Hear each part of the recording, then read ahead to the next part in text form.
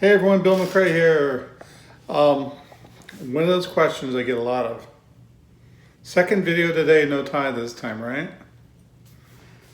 One of the video questions I get a lot of is email swipe. How do I write email swipe? I can put together a gigantic course and charge you thousands of dollars to teach you how to write email swipe.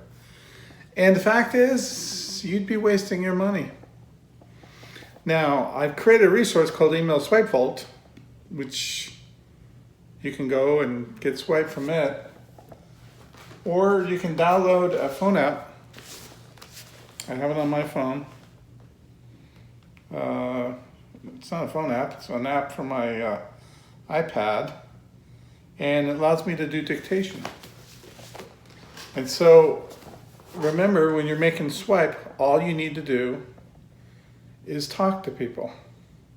Now you'll see a lot of people write these exorbitant big swipes when they tell their whole life story, and nobody reads these things, okay? Here's what people do with swipe. If the subject catches their attention, cool. Let's rock and roll, let's do something about it, okay? It's really all it's for, get their attention. So it gets their attention and they open the emails.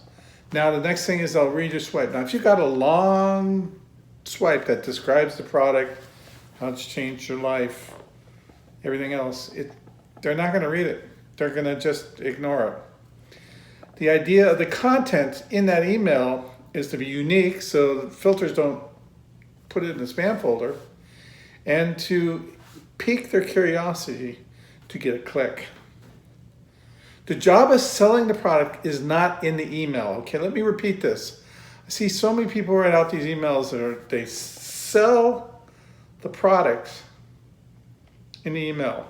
It's never going to work as well as a sales letter. A sales letter, you go to a sales letter, you have graphics, you got things to look at, you got videos, you got stuff going on, you got little font, you got big font, you got all sorts of stuff to catch their attention and kind of pull them into the sales letter to get them to think about it and maybe take action. In an email, you got text. Yeah, you can insert graphics and stuff on some autoresponders, but basically you have text. So when it gets to the other side, who cares, right? If they read an email that's long, complicated, your story about how you were able to become a millionaire or how you were able to pay your house or whatever, they don't really care. They're only interested in what's good for them, what's in it for them. Remember that. WIFM, WIFM. What's in it for me? That's all they care. So they're not going to read a long email. So keep your emails short. And if you're selling solo ads, it's basically you just shock and awe them. You go, hey, I tried this program. It really worked well. I think that maybe you should check it out. It might not work for you, but it sure did for me. I'm making money with it. Boom, click. Literally, it's about 7 to 15 sentences.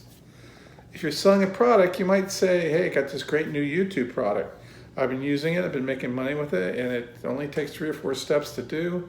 It's fast, it's easy. I was able to do it the first day and see sales the next. Go check it out. But you don't need to write a whole long story. So people get all caught up in a fuzz thinking, oh, how am I going to write this up? Now, a couple things are going on here. First of all, you can write your own very easily by just dictating into your iPad, phone, computer. Or a lot of vendors provide swipe for you. Now, if you use the vendor swipe, I would change it around a little bit so it's not like everyone else's email. Otherwise, it's going to go right in the spam folder. Matter of fact, I would change the subject line. You don't have to take the shock and awe value out of the headline to get enough uniqueness in there to where Google doesn't automatically just go, poof, I've seen enough of this. That's what it does. Oh, I've seen this, boom. One of these days, go look at your spam folder, and what you'll see is a lot of things that are spam will go in there and say, yeah, other people complained about this sort of email. This looks similar to emails that other people have reported spam to. That's because everybody's emailing the same thing at the same time. This is why I don't do product launches. I promote people in an autoresponder because in a product launch, everyone's promoting the same thing at the same time. It just creates a huge pile of junk mail. And this is why I would never promote any of these systems where it's all canned, ready to go, because every email going out the door is exactly the same. Maybe your name is different, but nothing else is dramatically different. So it looks like other emails. It gets sorted by Google. I think Yahoo does the same thing, Hotmail. So you take those three, that's Bing, Yahoo, and Google. Those three they're basically search engines. They read your email, they know what's coming in, gets sorted away. So if you use canned emails, make sure you modify them if you can. If you can't modify them, you're wasting your money. I'm telling you right now, you're wasting your money. If you can modify them, they might work for you. So email needs to be simple. It needs to be fast. It doesn't need to tell a huge story. It needs to entice, entertain, and get a click.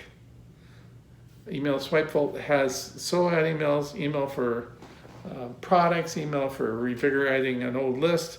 It's a brand new service. It's only a little bit up there now. I add more to it every month. You guys have a great day.